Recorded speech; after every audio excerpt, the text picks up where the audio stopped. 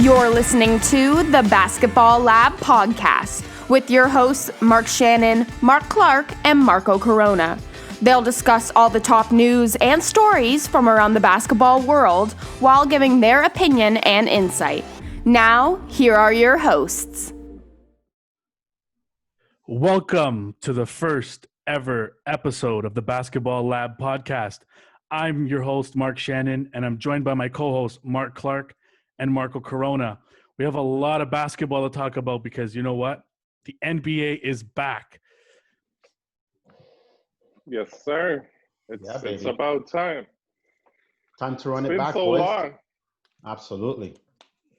I feel like it's been 2 years since we've watched some basketball, some meaningful basketball. And the last time we watched some meaningful basketball, the Raptors were hosting the trophy. That Larry OP, right? Yes, So, exactly. yeah, so Well, it's time I to get can tell you it's been 145 days since the home team, the Raptors, of course, played their last NBA game. Obviously, that was a week ago when they came back. Not that you're keeping count. Not that I'm keeping count. There's been so much basketball, though. There's been so much games. I feel like I've been watching nothing but basketball all day, every day. But not going to complain because we were, 3 months without? 4, right? 4. 4 months. Yeah, about Right? 4 Wow. months. Yeah.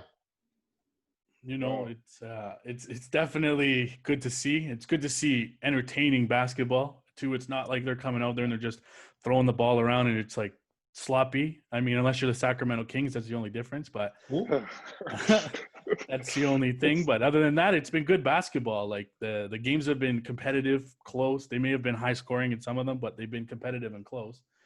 So Let me ask you, was that your expectation of the bubble when it first was announced a few months ago that this is what they were going to do? Because I feel that, to me, and I don't know about you boys and then I'll throw it to you guys, but this has exceeded my expectations and it's only been barely, a week? It has. It has. To be honest, I was expecting it to be like the start of a new season. Right. But this was like just picking up from where they've left off, or even better. Right. And I don't know if we should just jump into it and talk about the Raptors right away. How good are the Raptors restarting this season? Well, we can't get ESPN on the line, so I guess we'll just take over from here. We're not going to get in trouble for that, I hope. Listen, I think that the Raptors have, in my opinion, not only have they met, but I think they've exceeded the expectations. This team was really good. And actually, let me just take you back even a year before Kawhi. I think people forget that this team, and correct me if I'm wrong, guys, won 59 games in the regular season the year before Kawhi got now, they did. They got bounced by you-know-who and you-know-what city. But it's not like we went from a 25-win team to winning 50 games, won the chip, and then all of a sudden we have to take a step back. This team was already had a good foundation. All we were missing is that closer. And then the team grew over the course of the season without Kawhi for, what was it? I don't know if you guys have it on hand, 23 games or whatever it was. Basically, I think they went 17-4 without Kawhi. Yep. Okay, well, that's pretty good, right? That's really good. And the injuries, load management, here and there and this and that. And all of a sudden they were in the East Finals and down 2-0 to Milwaukee, right? And then basically swept them after that and then went the whole thing and closing out Oracle Arena. And then, of course, the whole drama with Kawhi over the summer and the helicopter and this, that, and the other and left, sort of breaking everybody's hearts. And let's face it, everybody thought that this team was going to try to be maybe a 5th seed, maybe 6th, right? But second in the East? A lot of guys didn't even have them in their top 8. No, that's right. I know a few guys that didn't have them, and I have their names written down. I've been waiting for it, but I'm going to hold off until and that's the thing. It's like it goes to the wayside in terms of the fact that they've been to the playoffs ever since Kyle Lowry's got here. So basically, they've since 2013, 2014, they haven't missed the playoffs. They've made it to the Eastern Conference semifinals twice. Right. I mean, they lost to LeBron. Okay, whatever. A lot of You teams know, have. a lot of teams have. They made it to the conference finals, lost to LeBron. You know, Yeah. so it's not like this team has been. They haven't finished lower than fourth place since 2013-14 in the Eastern Conference. You're talking about a team that was perennial bottom feeders for years. Yeah, you know, and everybody puts it on Kawhi. Yes, you know, he was great. He helped them win. He helped them win a championship. But Kawhi wasn't the only player out there. Kawhi didn't carry the team though. Like I can name series where another player stepped up. So, for example, like the Orlando series, who I think Norm stepped up there. Was it Norm? And then we have the even the Milwaukee season. Fred stepped up. Like there's always series after he became a papa. Yes, he did. where players step up, and it's not just Kawhi. Kawhi is not carrying the team. He's not the only one scoring. He's not carrying the load. He's playing a lot of minutes, yes, but he's not the only player. You have teams out there where you take away one player or their superstar from that equation, and the team is done.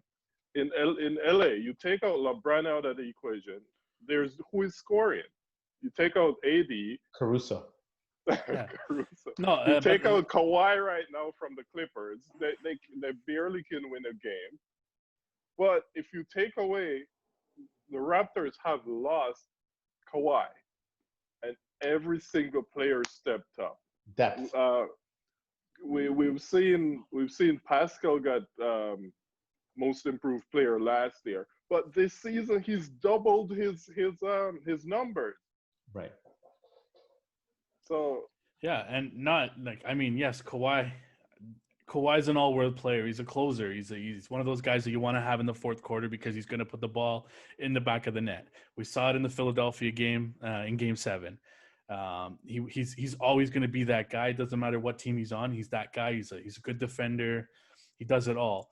But like you said, other guys stepped up for the Raptors, and they're doing the same thing this season.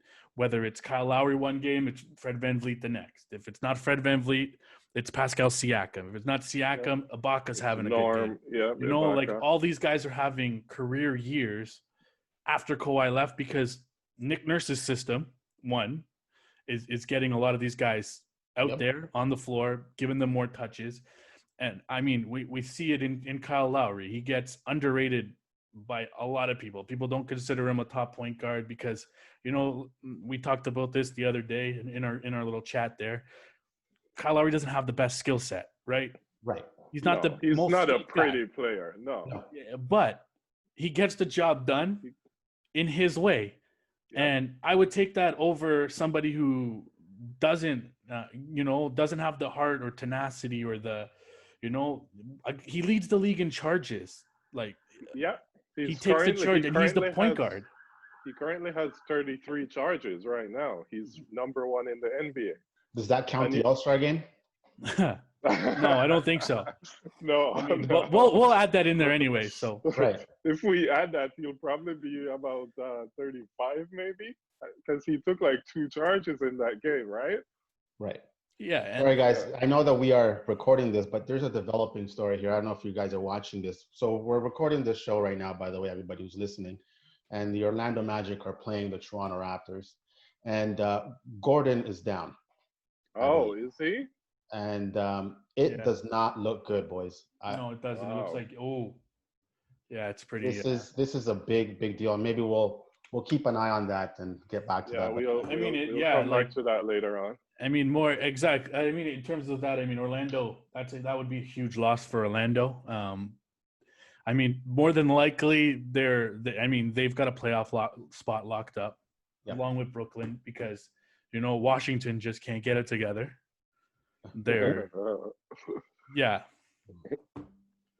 don't even know what to say why that team's in there, but anyways, let's not waste too much time on Washington. Because they're gonna be a quick one and done. Going back to Kyle Lowry before I interrupt you guys about Gordon's injury, it seems to be okay.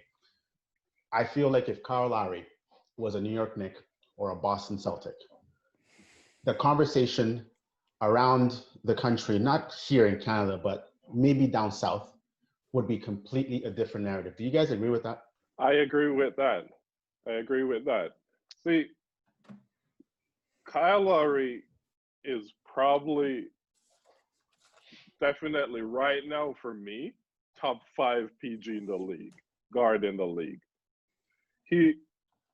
He's just such a good player. He gets like the team probably goes on a bit of a drought, and he knows when to take control of the game and get the ball and get a bucket. Right. He's just like a key player in this Raptors squad. By the way, I don't know if you guys know this, but he just passed Iverson and Jordan in the all-time assists. Those guys are pretty good. The leader, right? Yeah, they're all right, you know. Yeah, that's the thing. It's like, man, like I don't know what he has to do to be considered a top point guard in the league. It's like everybody ties him into. I know they always tie him into DeMar DeRozan.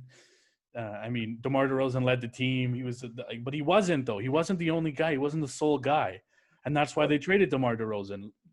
Everybody loves DeRozan. Everybody loved what he did for the city, and I love DeRozan. Right, how he changed the game for Toronto and kept it where it is. But Kyle Lowry was the bulldog of Bay Street. He was the guy that, right. You know, like he was the guy, the glue on that team. Without Kyle Lowry, that team probably wouldn't have been a playoff team for all those years. Right, you know, and like he's a. To Marco's point, yeah. If people hate Kyle Lowry or hate on Kyle Lowry because he's not on their team. No, of course. That means he's doing something right. Yeah, that's the main reason. He get buckets. He's a great defender. Obviously, we just mentioned he's leading the league in charges. He communicates. He gets the floor together. He's just a great overall player on offense and on defense. Yeah, and he's a great leader as well. Yeah, and in terms of stats, like we're not talking about a guy that's like some slouch. He's not putting up averaging 12 points a game. He's over his career in terms of being in Toronto since 2013-14. He's averaged 19 points a game, 4.8 rebounds, 7.2 assists per game. He's a 6-time All-Star, and he's got 13 triple-doubles in that time span. It's not like he's some slouch. He's not a guy that's out there just like, it's not Jose Calderon just out there passing the ball around. Why you gotta hate on my guy, Jose? I'm just saying, you know what I mean? He's not he's not a guy that's not out there to, you know, he could change the game. You're right though. Who was leading the team in the Lakers game? Lowry had 33 points, 14 rebounds. And let me just touch on this real quick. AD, McGee, and Howard, they combined for 15 rebounds. Lowry had 14 rebounds. Also, another quick stats here. LeBron and AD combined for 34 points, 16 rebounds, 8 assists. Kyle Lowry himself, 33 points, 14 rebounds, and 6 assists. Come on now. How can you not show love to a player like that? Again, I don't want to be that guy that sounds like, oh, Canada doesn't get the love and, you know, the Raptors are north of the border and this and that, but it is what it is.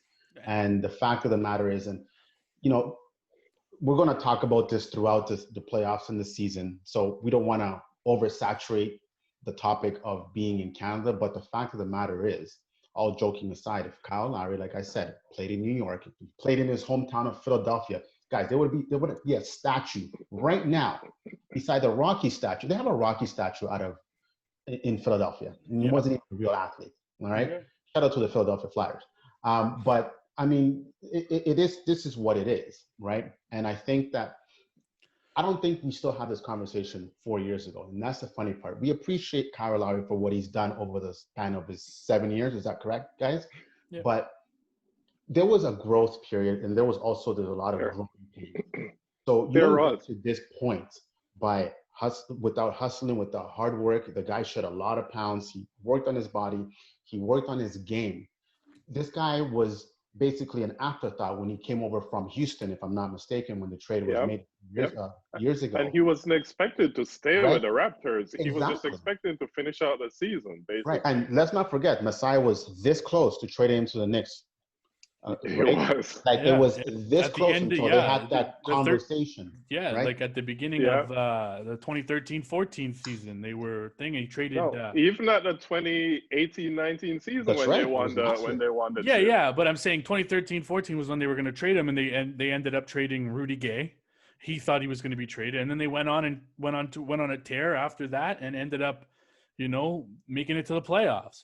They Right. ended up losing 4-3 to Brooklyn or on the last shot there, but I mean, they had their chances, and they've been a playoff team ever since. Like I said, no lower than fourth place in the Eastern Conference. You can't. That's not saying anything. Yes, the Eastern Conference is not the greatest division or greatest conference out there. There's a lot of weak teams in that conference, especially when you're in the Atlantic Division. And the Celtics were bad for so long after KG and Pierce and Rondo and all those Titanic guys left. division. Yeah. Right? Yeah, like they were bad. So there's that going for them, but they've still been able to keep that consistency and that level of a play up there. So I mean, you can't knock that. And then I mean, going back to your point about the American media and in being in Canada, I mean, we're starting to see the love, and people are starting to finally see it. Like Kendrick Perkins and other guys are starting to see the Raptors as a title favorite instead of okay, well, they're going to make the playoffs, but do they have enough? They have enough because they've done it before. Whether it was with Kawhi or not, they've done it before. Yep. Let me say this real quick, though. The people out there who aren't showing the Raptors love right now are the people who aren't really die-hearted basketball fans. Because the players know what's up with this team. LeBron said that the other day. The players know what's up. The coaches know what's up because they all got to respect Nick Nurse. That's, to me, Nick Nurse is the coach of the year. No if, buts, or maybe about that. So, I mean, the Raptors, whoever isn't showing them love, are just guys, just random fans who aren't really watching basketball like that, to be honest. Well, I mean, exposure is a big deal as well, in fairness. And I think that being in the bubble, right, and now everybody is watching exactly pretty much the same thing, right? It's not like these are regional games anymore. Everybody's getting to watch the Raptors. And now all of a sudden, all the media who is down in Orlando, they're like, hey, and it's funny because they're like, hey, this team is actually pretty good. It's like, my bad. I thought they were okay. But now watching them every day, right? And that Lakers game sort of was an eye-opening for a lot of people down south. It was like, oh, wait a minute. Albeit, I don't think the Lakers played their best game. I think they took their foot off the gas a little bit, but that's another story. I think it was eye-opening, but we've known that for a long time because this team plays like this game after game, and they're never out, even when they're not playing well, even when they're going droughts. Well, what they always pack is their defense, and that never rests. And to me, that's what gives you a chance to win championships. This team takes pride into playing defense. They love playing defense. Well, they really do. For sure. Like, they're the third best defensive team in terms of defensive efficiency. Like, you're not talking about a team that's just allowing you to go in, just get buckets at will. You know what I mean? They're not like they allow the third least amount of points per game, right? Like they allow the least amount of points per game, I should say. Sorry. They're number one in points per game. Yeah, and that's what I mean. They only allow 1.6 points per game. 106 right now. I mean, there's a lot of games that were lost due to COVID, but I mean, you know what? They're also number one in 3 points. 3 points percentage. They're holding teams to 34%. Yeah, they're number one in pick and roll defense. Number one in ISO defense. You know what I mean? They're not like they're a solid team all the way through, both ends of the floor. You know what? People are always going to knock them. They're always going to knock the Raptors because they're Toronto. They're Canada's team.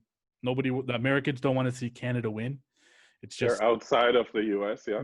that's how it is. It's always going to be like that, and no matter what you say, there are always going to be people that don't like the Raptors, that don't want them to win, that think they're not a good enough team. I mean, obviously, other past successes or past failures weigh a lot on people, but I mean, To Marco's point, exposure plays a huge part of it.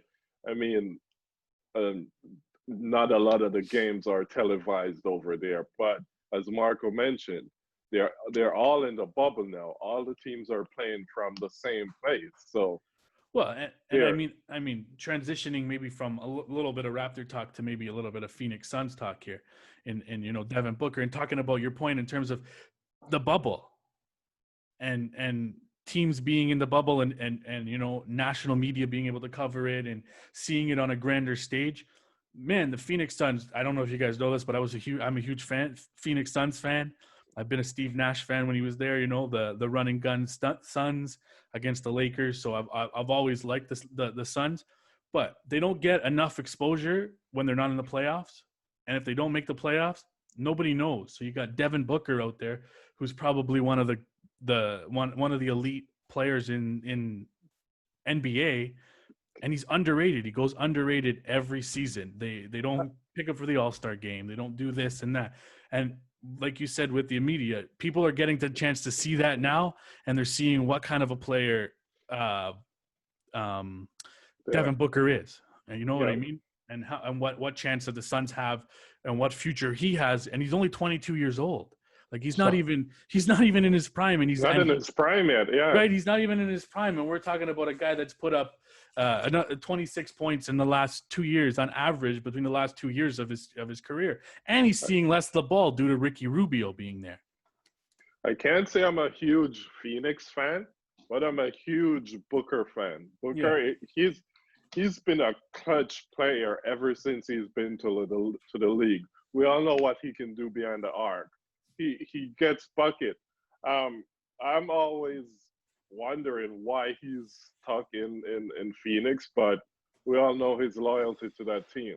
Well, and that's the thing, right? You can't knock him for wanting to stay in Phoenix. I mean, it's obscurity. You're not, you don't get the national attention, but sooner or later you might want that national attention. Right, and I think that's more on the organization than anything, because I mean, you have a guy who was highly scouted and doubted, coming out of Kentucky. And I loved his game when he was in Kentucky. I thought this guy was going to be a star right from the get-go. But they haven't surrounded him with the right pieces. And even the pieces they've surrounded him with have been either injured or things have not worked out. But that organization has not put the right resources around. I don't know how many coaches they've had since Devin Booker has come in the league. A lot. And I mean, Phoenix is one of those cities and destinations where if the team is not succeeding, people are not going to come out and see them. Ask the Coyotes, and that's just ask the Arizona Cardinals, for crying out loud, right?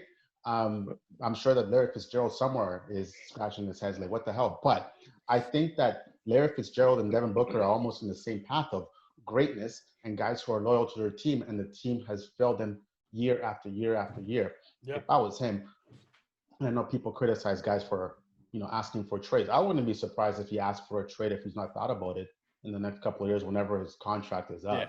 No, Which team do you think could use Booker, a player like Booker, right? I don't know, 31 teams? Yeah, honestly. Man, I'd take him on the Raptors. No chance. Like any day, I'd take him on the Raptors. Beside Pascal and Fred VanVleet. Man, exactly. Like you gotta envision a future where Kyle Lowry's not here, right? I mean, he would be a perfect piece to have between Fred VanVleet, who's a guy that could knock down threes, but he can also distribute the ball, right? And distribute the ball well. I mean, we're talking pipe dreams here, we're talking Giannis, you know what I mean? Like that kind of what I'm saying in terms of like, you know what I mean? We're talking stuff that might not happen, it might happen, but you know what I mean? We have if you were to put him in that starting three between Siakam, and if Siakam could keep progressing the way he's progressing, VanVleet progresses the way they could have their own big three right there. VanVleet is coming up for about to be a free agent this season too. I believe they have the first right to match, though, correct? Yeah, I mean, they got to bring Yeah. that Brinks truck in, though. It's got to be bringing the Brinks truck in. Bobby Hey, Webster, they listen, got to be Mes- driving it right into the Scotiabank Arena after the Messiah's NHL's done. already on that, man. Yeah, they have to be, man. You can't let him go. There's no way. Like No, I said, you have to envision a future where Kyle Lowry is not there, and he's a guy that you've seen it. He could play exactly like Kyle in stylistic sense. He wears his heart on his sleeve. You know, don't bet on yourself. You know what I mean? He has that mentality where he has a chip on his shoulder. He's a great overall guard. He plays good defense. Like he doesn't shy away from any player. He'll take on any center in the league. I mean, yeah, they're towering over him, but he's still gonna try. Just like Kyle Lowry. He on the offense, he's so good. He plays precision offense. He's at the top of the key, and the player's on him. And he has these moves. He'll do a quick side step to get half inch off the player, and that ball is going in. Right. He'll cross you over and shakes you down, and you think he's going right, he went left, and next thing you know, the ball is in the hoop. Right. I think Van Vliet's basketball IQ, along with Lowry's, along with Gasol's, along with everybody else in this team, is right off the charts.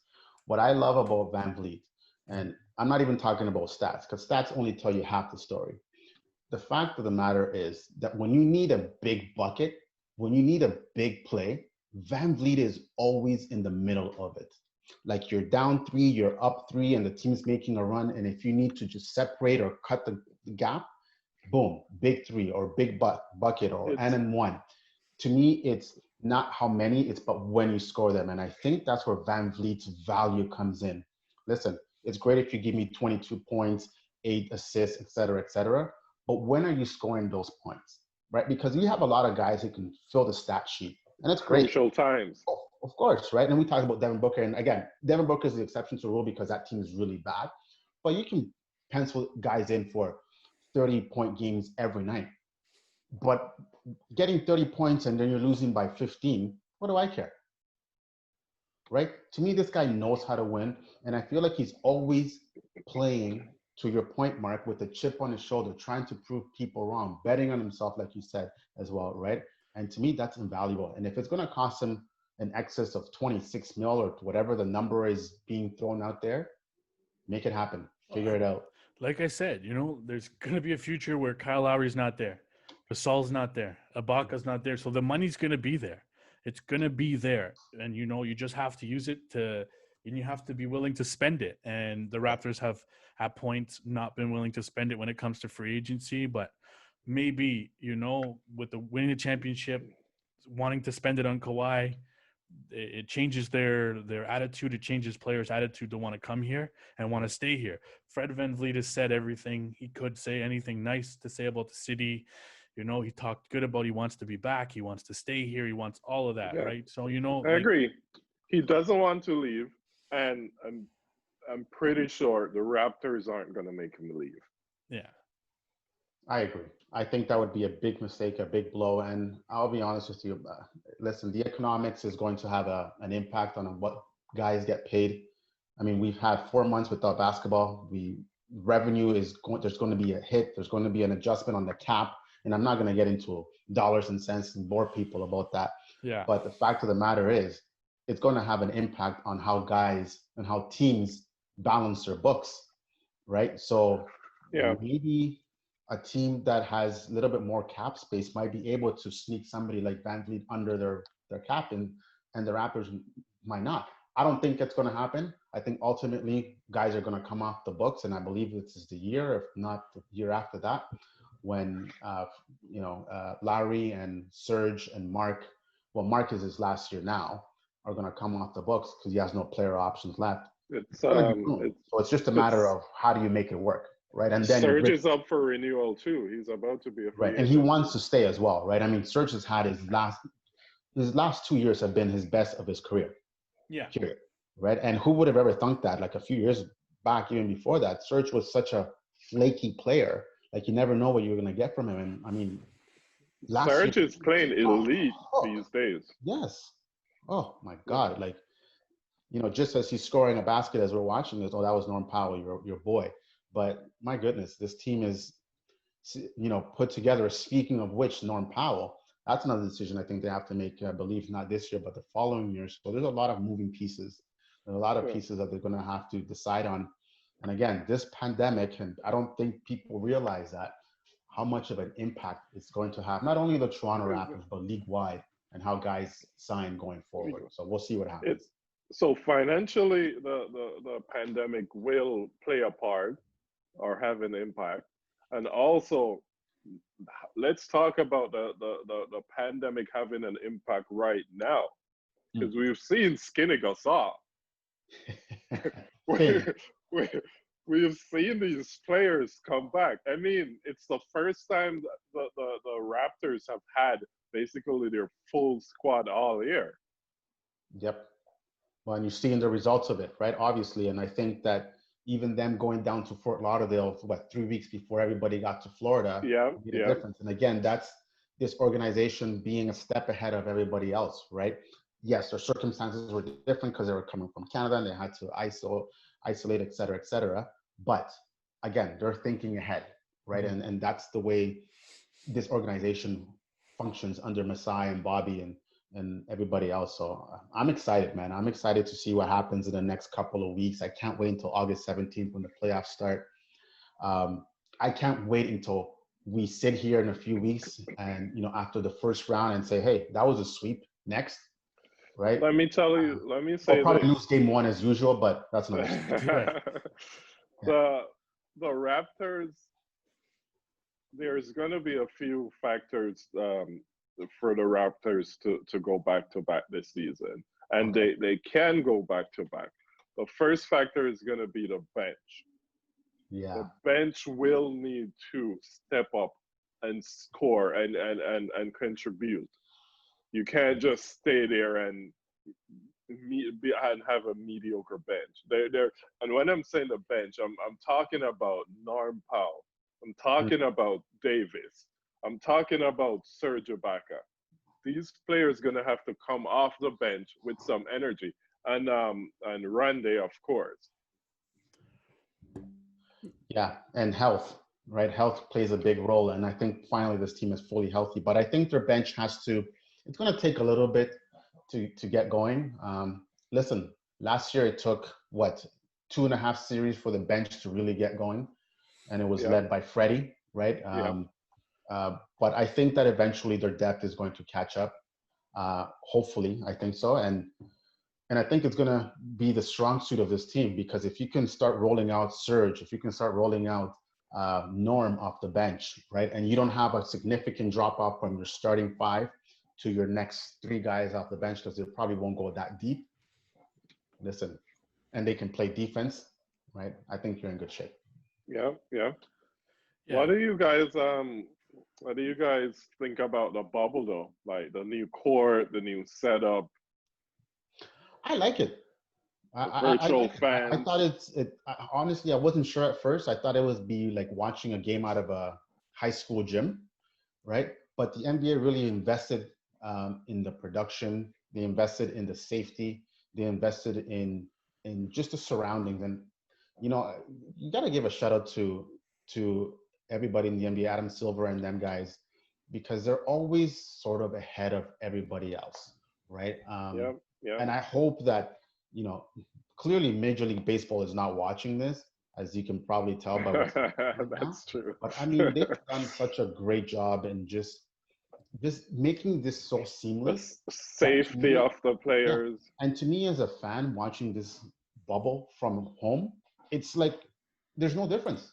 I feel like nothing is missing. Yes, you don't see a sold-out arena at Scotiabank or Staples Center or whatever the case is, but it hasn't affected the way I look at it, and that's great. And clearly, the numbers, sort of reflect that, because the NBA pretty much just killed the numbers in the first weekend, in spite of certain presidents of certain countries saying otherwise, that we're not going to get to talk about, maybe not right now. We won't even get into that. But I think it's been great. I think it's exceeded all my expectations, to be honest with you. Well, Yeah. and I think there's a few things that the one thing we know about this pandemic and what it's done is it's made people experiment with a lot of different things in terms of especially the NBA and especially sports. Some of the rules and some of the things they have for the NBA in terms of the referees after the review and that I was gonna bring that up. Yeah. I think that should stay because Yeah. man, it's good to hear like why What they're their saying, reasoning is the as to why they're explanation. Yeah. yes. It makes the fan understand. Okay, you know what? The ref made the decision because this was their decision. You know, when players when we're in the stands and we're listening to it, our first instinct is to not agree with the ref, right? It's the first instinct to not agree with the ref. But Never disagree with the ref, by the way. exactly. Never. No, exactly. But Tony Brothers. listening to what they say and how it shows up and how it shows up in the presentation, I enjoyed it. I think that's one thing they should definitely keep. One thing for sure. I don't know if you guys have noticed this, but there has been a higher turnover rate with this new court, and the reason for that is there's been a lot of players stepping out of bounds because the court, if you realize, with this court, the out of bounds is the same color as the court. Yeah. Yeah, I'm watching it now. Okay, yeah. Yeah, with home courts, the sideline is usually a different color.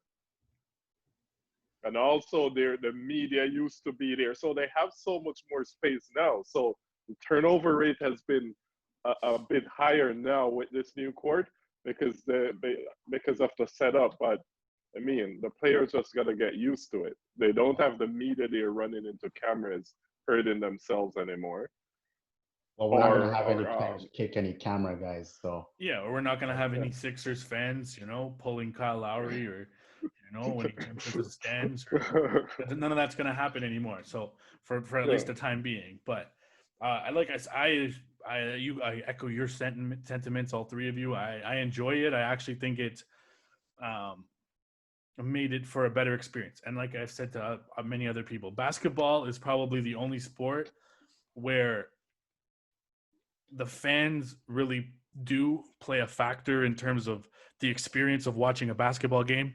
They're the ones chanting defense and they're getting loud and stuff like that. The other sports, players get their energy from the other sports, like fans probably do play a factor, but I don't watch those sports for the fans. I watch it for the game. It's same thing with basketball, but fans do play a part in the experience of watching it, watching the fans' reactions after Kawhi hit the Game 7 buzzer beater. You don't get that in a lot of sports the way you do in basketball. In basketball, right? Yeah. Right. I think it's because there's always something happening, right? Yeah. There's always action. Like after a missed shot, a team, gets a break the other way, right? Whereas in, it's not like you get to set up your defense like in football. Like there's you go for a first down and you don't get it, everybody pauses. There's a bit of a delay, while you set up the play. In hockey, you can sort of just play back. Soccer, the same thing, this and that. But in basketball, it's like, well, you miss a shot, get the rebound, run the other way. And you always have that engagement. And I think that's one of the great things about basketball is many great things, but it's like the constant action. And I think keeps people, even the average fan that doesn't watch basketball a lot, they're usually at the edge of their seat. Which usually Mark is during, Raptor games when he's texting me. He's like, I need to have some drinks because the Raptors are down by 5. He's like, dude, it's the first quarter. Relax. Yeah.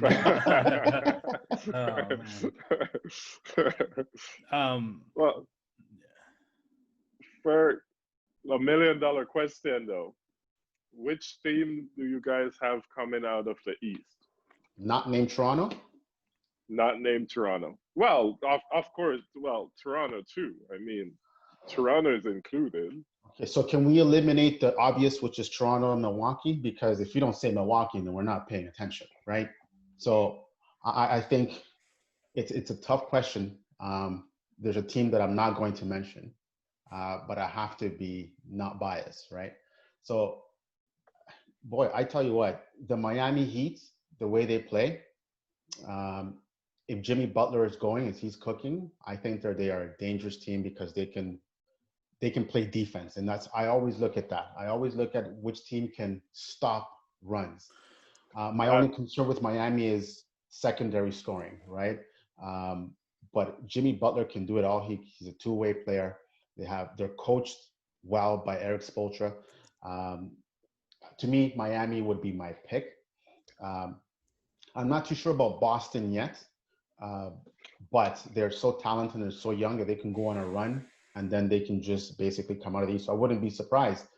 The one team I'm not going to pick, though, and I know that wasn't your question, is Philadelphia, because I can't trust them. I don't know which Philadelphia team is going to come out. I don't know which Joel Embiid is going to come out, right? And if Gasol's there, if his daddy's there, then he's not going to show up, right? And the thing about Philadelphia, you mentioned home, playing in front of fans, they feed off that Philadelphia crowd. They do. I think this is the one team that's going to be affected a lot by this bubble. So if you're asking, answer your question, I'm going to pick Miami as a dark horse to come out. Philly, I'll describe Philly as a friendly pit bull.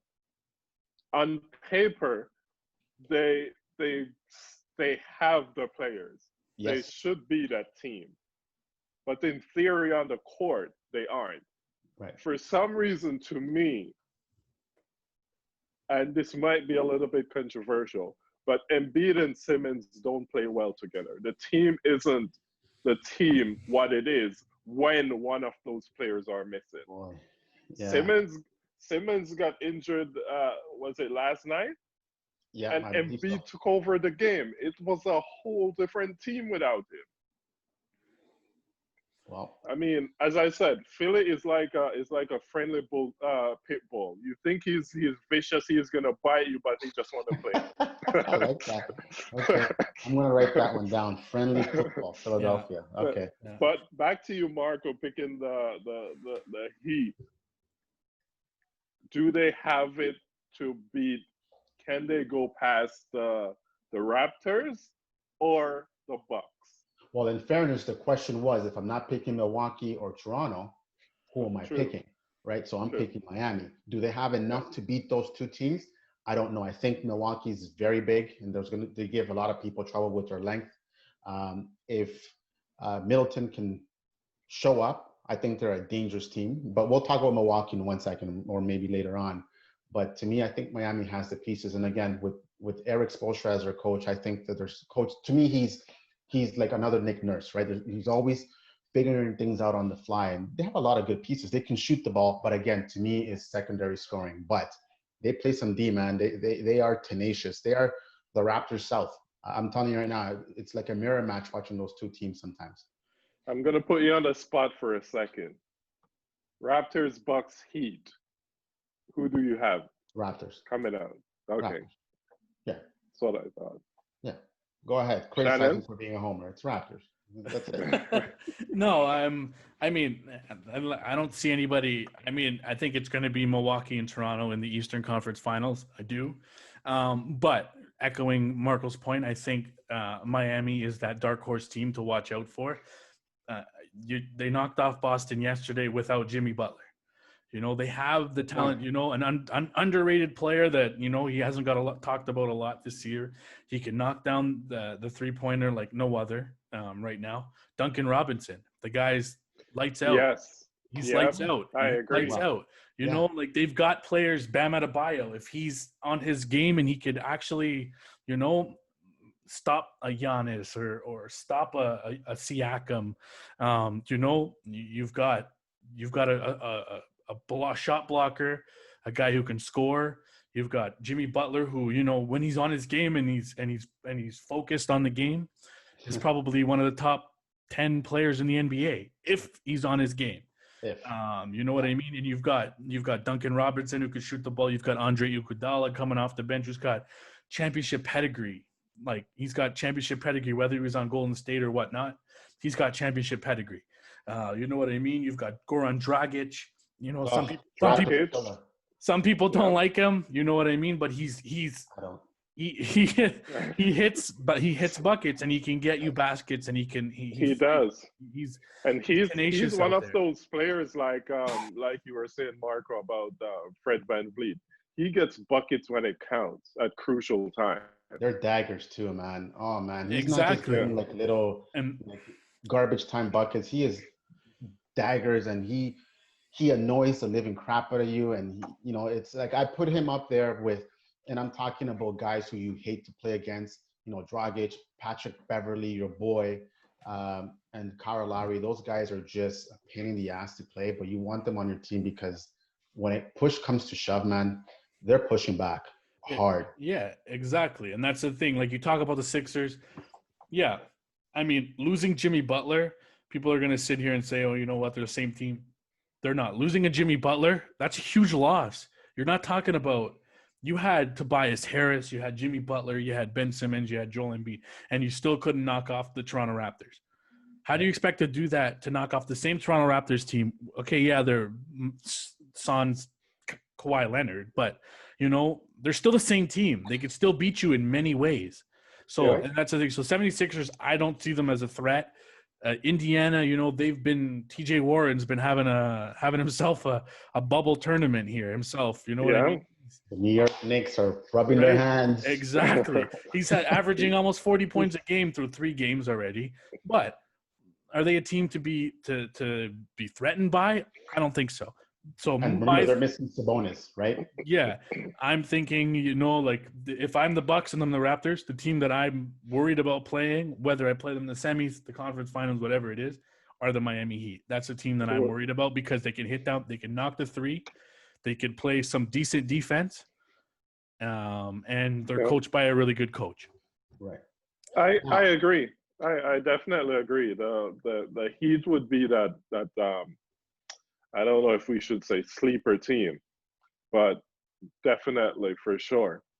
Right. And I know there's some people are going to listen to this podcast and be like, well, how do you pick Milwaukee, Toronto, Miami, and not talk about Boston? Right? Boston's a solid team, guys. I'm sorry. Like, I hate to say it because I'm not a Boston fan. I'm not going to make any bones about it. But Tatum, Brown, oh my goodness. Marcus Smart. Yeah. This team is good. The problem with Boston that I have is sort of similar to Miami, but I'm not going to contradict myself, is that they go through scoring droughts that by the time they try to play catch up, it's too late. It's too late, yeah. So if Tatum is not on his game, Marcus Smart, listen, he's going to give you everything that he's got, right? Jaylen Brown, that guy can ball out straight. He's a dog. Yeah. But I think they lack size. I really do. Who's their center? Tice, right? Yeah. I don't usually go by, the name on the back of the jersey, but the fact is the depth down the middle is going to hurt him. Missing Al Horford's leadership as well, I think it's going to hurt him. But, obviously not. And listen, I know they have Kemba Walker, but he hasn't been healthy. So I don't know which version of Kemba Walker they're getting. We're going to get, yeah. So until proven otherwise, you have to take the crown from the champions. And the champions in the East are the Toronto Raptors. Yeah, right? Echoing your point there, the Boston Celtics are a good basketball team. There's no, you can't take that away from them. They are a good basketball team. But like you said, they're a small team going against the Milwaukee Bucks, who are a big team. You got Brook Lopez, you got Robin Lopez, you got Giannis. There's Chris Middleton, who's got long arms. There's a lot of guys that are on that team that spread the floor, and they're also big bodies that are going to make Boston have to defend in the post. And that's going to be a key, I think, in terms of whether they play the Raptors, Miami, or Milwaukee. Those are going to be their hardest things to overcome. Right. So now let's remember this conversation, in 2 weeks. If Kemba Walker is 100% healthy and these guys are full throttle, then the narrative changes. Right. Sure. And to me, the wild card in that entire team is Kemba Walker. I love Kemba Walker. I think he was always great in Charlotte. But his health in Boston has been up and down. So I don't know which version you're getting. Like, you can't always just count on all-star games and this and that. If you're not on the floor, Kawhi excluded, then I don't know what you got. Right. So, but there'll be a threat if they can get all, everybody on the same page. So we'll see what happens there. Just to touch on the 8th seed, do you guys think Orlando will lock that down? Orlando and I think it's a wrap. Yeah. Yeah. I mean, I I can see Orlando moving up to the 7th, and Yeah, the Nets I think it could moving be a down. swap between. I don't know what the game difference is Yeah. between Orlando It's- and New Jersey. New Jersey. It's just half Brooklyn. game. Just a half a It's game. half a game. Coin toss. And Orlando has been playing. They've been playing good ball. Like they've feisty. won their last 2 games, I think. Yeah, they can swap with Brooklyn, and I think Brooklyn, with so many injuries, they can sort of falter. I mean, they would tell you otherwise with their big win the other day, right, against Milwaukee. Right? Yeah, that was a big you know, win for them.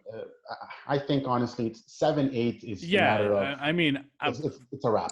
how many games left does Washington have? They're more or less Who cares? mathematically eliminated. I mean, yeah, they're 30 games. Washington are 6 games behind. 8 games behind Orlando. 8.5 games back behind Orlando. Like, And how many yeah. games are left? I think they only have five games left, 6 games left. That's all they have run left. the table and then Yeah. hope Orlando loses. You know, Like I I said think to you this may be earlier. their 3rd game tonight. Yeah. Is it? Maybe. it's a wrap for So Washington. they probably have like 5 games left, maybe. Like I said earlier before we started this, Charlotte's not even playing, and in the standings they overlap the Wizards because the Wizards have lost so many games. How is that possible? They're not even playing, but yet they've overlapped them. So I mean, the Wizards, they're done for. They're just finishing out their games, finishing out their time and going back home to Washington. Right. I was honestly surprised to see them in the bubble, but hey, good for them. Somebody had to get in. Well, Michael Jordan said we're not going. So Yeah.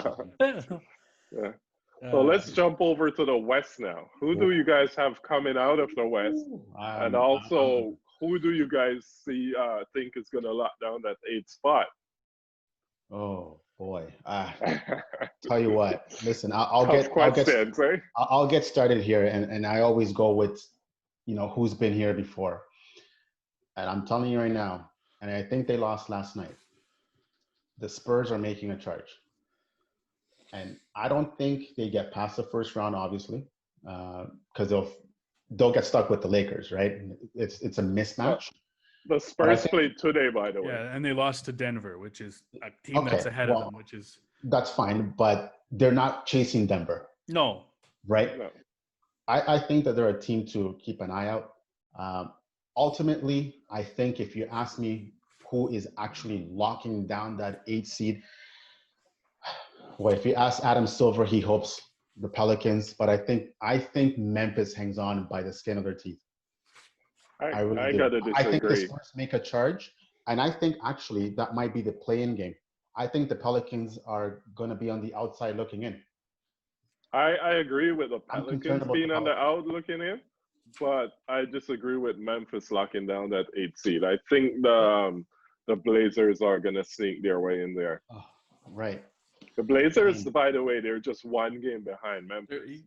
But their schedule, man, that's a tough schedule down the stretch for the Portland Trail Blazers. They play the Nuggets. They play the Nuggets tomorrow. They got the Clippers on the 8th. They got the 76ers. They've got the Dallas Mavericks, and then they got the Brooklyn Nets to close out their bubble games. That's 5 games, is that right? Yeah. After tomorrow, I can see them going 3 for 2 in that series. I don't think that's going to get it done. No, I don't think it's going to get done either. I mean, Memphis, like I said earlier, they lost. Do you have the rest of the Memphis games? Who are they? Yeah, they're playing. They played Utah today, I believe, right? Yeah, they played Utah. Utah they lost today, 124-115. So they have Oklahoma City on Friday. Ooh, that's a tough one. Yeah, the Raptors on Sunday.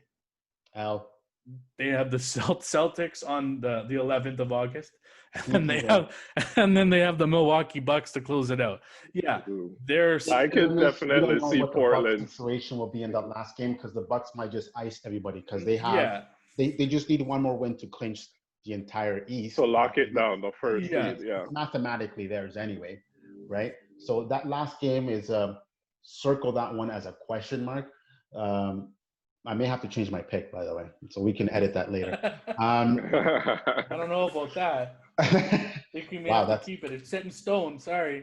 Here's the thing though. The Portland Trailblazers, and I sort of alluded this earlier, sort of sneaking into this, is I don't know if their defense can carry them to a 4-1 record. Right? Mark, you said 3-2. I think that's 3-2. Yeah. I think that's manageable. But to me, their defense, there's stretches where you go, like, man, Dame and CJ and Melo are going to have to carry this team because they're not going to play some defense. And it's not that they can. I just think that they are not equipped to. And the West is so heavy. Like, you got to remember that they got by Nurk, eh? And he plays with he plays. And like, he's been good. I'm talking about overall team defense. I can bet you, unless I'm wrong, that they're not even top 10 and 15 in the league in defense. I just, from what I've seen, and I could be wrong. There's something about that team defensively, and I think they just got off to such a rocky start with man games lost and stuff like that. That deficit to, they're constantly just chasing the game. And listen, Dame is awesome. Dame can drop 50 on you at a blink of an eye. Yeah, no doubt. Yeah. But to me, it's you got to stop teams and all those teams ahead of them. Yeah, for sure. My I mean, goodness. and then you look at you mentioned the Spurs there. They got to play. They got 4 games left. They got the Jazz, they got the Pelicans, they got the Rockets, and then they got the Jazz again to close out their bubble games. I think it's doable for them. I mean, push. It is. They're only 2 games behind Memphis right now. Yeah, and they're 500 in the bubble. They've won their first 2 games, lost their last 2 games, but they have a chance to turn it around. Technically, they can just stay 500 and stay within 2 games, 3, and get a chance. Or even run the table. You run the table, you win 4 games, or you win 3-1. Memphis loses. Memphis loses all of their games or loses a bunch of their games and only picks up a win. They're going to be in tough to keep that 8th spot. Right. So who gets in though? Who is the 8th seed after all said and done? I'm sticking with Memphis, by the way. I can't go back. I don't know, man. It's hard because there's Phoenix is even in there. I'm saying I'm gonna stick with. They're 2.5 games back of Memphis. Yeah. Like that Western Conference 8th seed, because Memphis has been not so consistent in the bubble, haven't won a game. They've allowed other teams that were behind them that were a little bit further back to catch them. To catch up, And Phoenix has their schedule is not horrible. They got the Pacers, they got the Heat. I mean, maybe it is a little bit. It is a little bit more worse than I thought. They got the Pacers, Heat, Thunder, 76ers, and Mavericks. But they already knocked off the Mavericks once.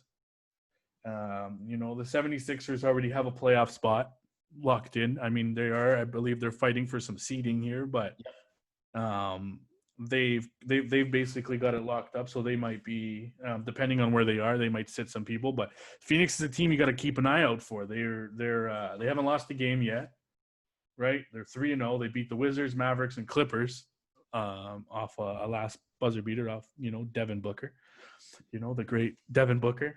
But they've got a chance here. If anybody could knock off Indiana, that's a toss-up game. Indiana's been playing well, but both teams can shoot the ball. Right. Being 1 game behind, I'm gonna stick with the Blazers. Even though they face, I think, Utah next, and then they have Clippers. Wow.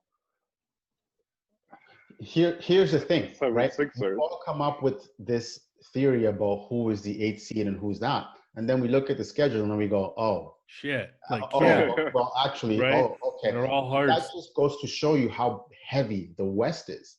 Yeah. There are no soft spots. No. Okay, literally, there are no soft spots. Where in the East, you can find a few soft spots here and there, right? Yeah. Respectfully to Orlando and Brooklyn and whatnot, but in the West, it's like, okay, Memphis, okay, you got to play Utah. Oh, okay.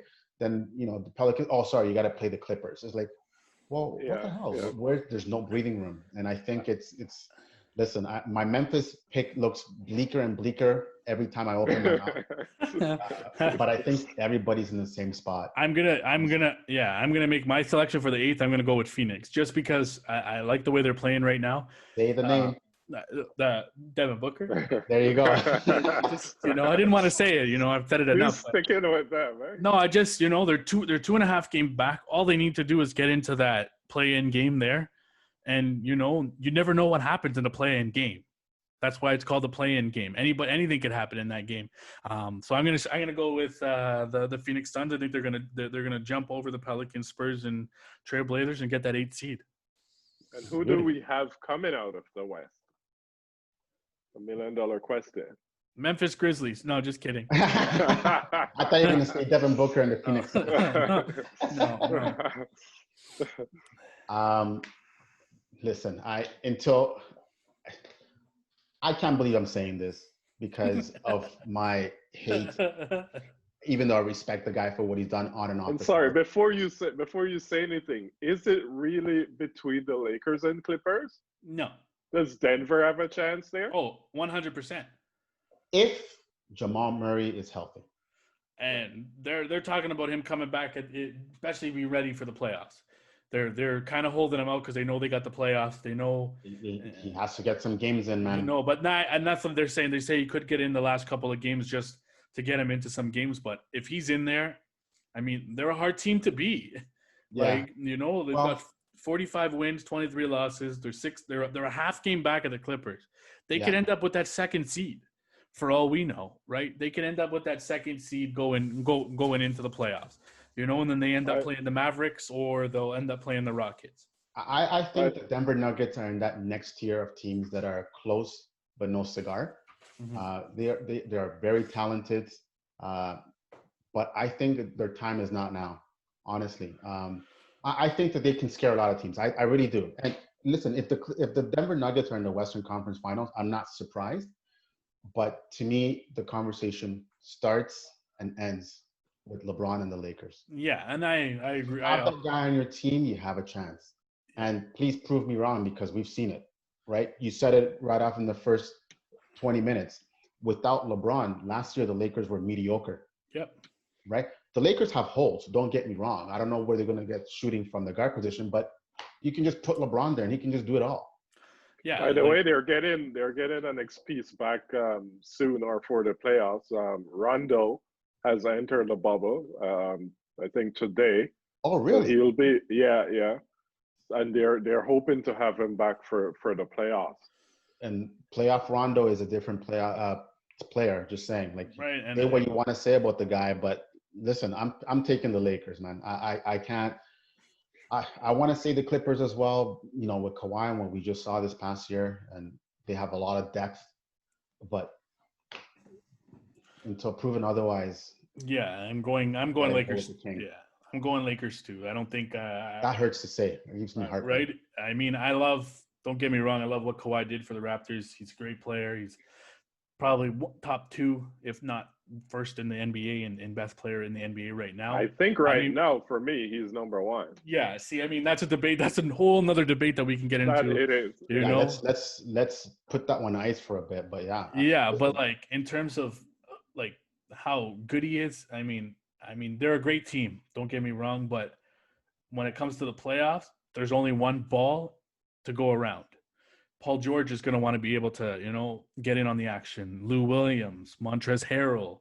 There's a lot of good Patrick Beverly. All those guys are going to want to get in on the action. Whereas the Raptors, they bought into it. They knew Kawhi was that guy. They knew he was the number 1 guy. You get the ball to Kawhi, he's going to do his stuff, and then he'll pass it to whoever's open, right? The difference is they bought into the system. They bought into Nick Nurse's system. Will they be able to do the same thing with Doc Rivers? I don't know. I'm sticking with the Lakers coming out of there, no problem. But I do think the Nuggets are that dark horse team. They're the team that's going to cause people fits when it comes to it. They're not playing at home. They're playing in Orlando, so there's no home court advantage for anybody. But they've got Jamal Murray, who's going to be coming back. He's coming back for the playoffs at least. Jokic hasn't been great in the bubble, but he's Jokic. He's going to be a good basketball player when he's there. So I think they're going to be a team to watch out for. Definitely a dark horse. So you guys pick the Lakers. My pick is going to be the Clippers. We can't. You just did that. You just did that to go against us. Come on now. No, all right. Do you really believe what you're saying? Do you really believe what you're saying? Guys, You want to be the lone wolf. the Clippers have Kawhi Leonard. We can't ignore playoff Kawhi. Playoffs Kawhi is a whole different player. You're right. Than what he is during regular season. And you guys know this firsthand. You guys seen this last year. We can't ignore Kawhi. Kawhi, no matter what, Kawhi is gonna go out there. He's gonna put in the work. He's gonna get the bucket, and he's gonna carry that team. Plus, they also have Paul George and Kawhi, and this is why I'm picking the Clippers too. The Lakers need another scoring piece. The Lakers need someone who can, when LeBron is off the court, he can score for them. AD, he's pretty good. AD is pretty good, but still, they do what? Okay, what happened when all the teams are showing AD a double team and he can't get a ball off? Who is he gonna throw it to? Yeah, Caruso maybe at some point. Kuzma, he's up and down. He's a wild card. He's a wild card. He's been pretty good lately, but you can't put all the eggs in his basket, right? Not right now. No. I'm gonna go with LA Clippers. Okay, so we got 2 Lakers, 2 Clippers. 2 Lakers, 1 Clipper. One Clipper. We'll have to replay this later in the season when the Raptors are facing the Lakers in the final. Yeah, if you're Dwight Howard, he's already called it. Raptors, Lakers in the finals. So that's true. That was bold too. Your boy Lou Williams, no free chicken wings, man. Right? No Magic City for you. Next. No Magic.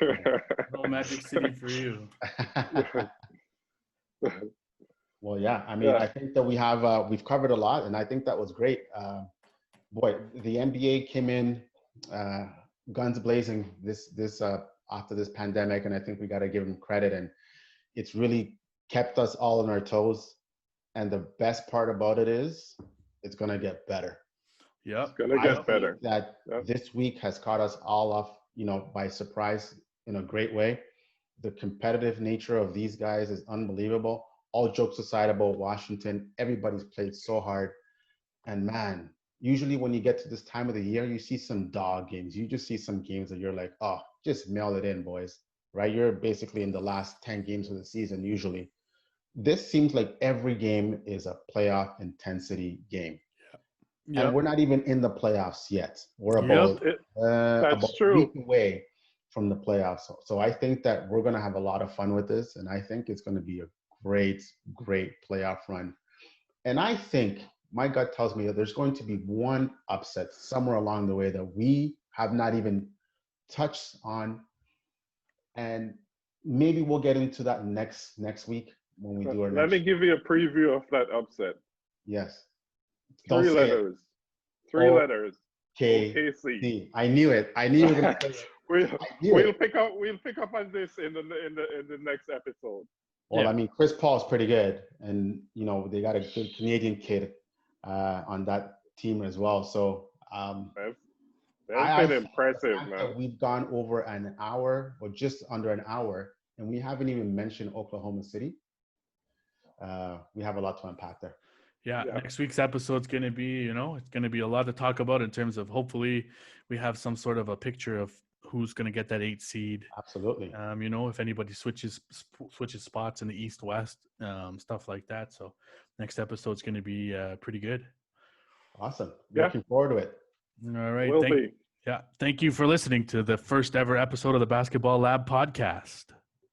Peace. Thanks for joining us this week on the Basketball Lab podcast. Make sure to follow us on our social media. You could follow us on Instagram at @the_basketball lab, on Twitter at @the_bball_lab. You could also subscribe to our YouTube channel, The Basketball Lab, and you could find us on iTunes and Spotify. Be sure to tune in next week for our next episode.